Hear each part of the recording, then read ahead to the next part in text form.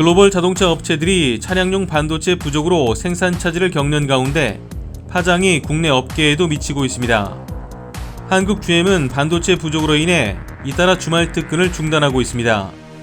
상황이 길어지면 현대 기아차도 공장을 멈출 수밖에 없을 것으로 보입니다. 사실 지난해 중반만 해도 자동차 업계는 차량용 반도체 부족을 코로나 사태로 인한 일시적 현상이라고 판단했습니다. 시간이 지나면 나아진다고 본 것입니다. 그런데 코로나 사태 장기화로 세계 주요 반도체 생산업체들이 자동차 판매량 감소를 예상해 자동차 부문 공급량을 줄였습니다. 여기에 차량용 반도체가 비교적 마진이 적다는 점도 한몫한 것으로 분석됩니다. 공교롭게도 지난해부터 전기차에 대한 수요와 생산이 예상보다 빠르게 증가했습니다. 자율주행차에 대한 관심이 높아지자 차량용 반도체 수급은 장기적, 구조적 불균형에 처했습니다.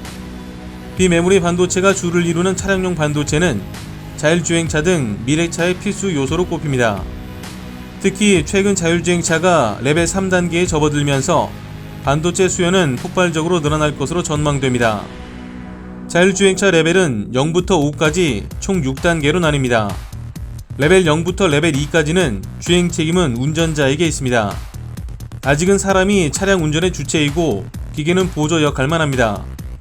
현재 시중에 나와 있는 자율주행차는 대부분 레벨 2 수준입니다. 자율주행 시스템이 속도를 조절하고 차선 이탈 등을 방지합니다. 이때도 운전자는 상시 전방 주시하며 운전을 책임져야 합니다. 레벨 3부터는 완전히 다른 차원입니다. 여기부터는 주행 책임이 자율주행 시스템에 있습니다. 기계가 차량 운전의 주체가 되는 것입니다. 운전자는 레벨 3부터 비로소 시선을 떼는 아이즈 오프 단계가 됩니다. 사람은 자율주행을 맡겨놓고 핸드폰을 보거나 영화를 시청해도 됩니다. 영화에서나 보던 자율주행 기술은 사실상 레벨 3부터가 시작입니다. 그러나 레벨 3에서도 위급 상황 등이 발생하면 운전자가 운행을 관리해야 합니다.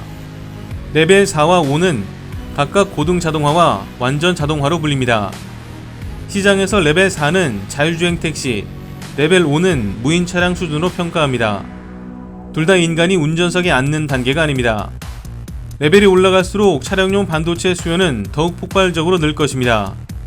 레벨 3 자율주행 기술을 적용한 자동차는 기존 차량보다 10배 이상의 반도체가 필요하다고 보고 있습니다. 일각에선 삼성전자 등 국내 대기업이 인수합병 등으로 차량용 반도체 시장 확대를 꾀할 것이라는 전망도 나오지만 해외 기업들이 이미 시장을 장악한 만큼 쉽지 않을 것이라는 평가입니다. 대한무역투자진흥공사의 보고서에 따르면 일반 자동차에 탑재되는 반도체 수는 약 200에서 300개지만 레벨 3 이상의 자율주행차에는 2000개 이상의 반도체가 필요할 것으로 전망됐습니다. 이항구 한국자동차연구원 연구위원은 자율주행차 외에도 전기차 등 친환경차가 증가하면서 차량에 적용되는 반도체 수가 늘어나고 있다고 말했습니다. 글로벌 시장조사기관 스타티스타에 따르면 세계 차량 반도체 시장 규모는 지난해 450억 달러에서 오는 2040년 1750억 달러, 우리 돈 약 193조 원까지 증가할 것으로 예상됩니다. 이상 광화문 비주통신이었습니다.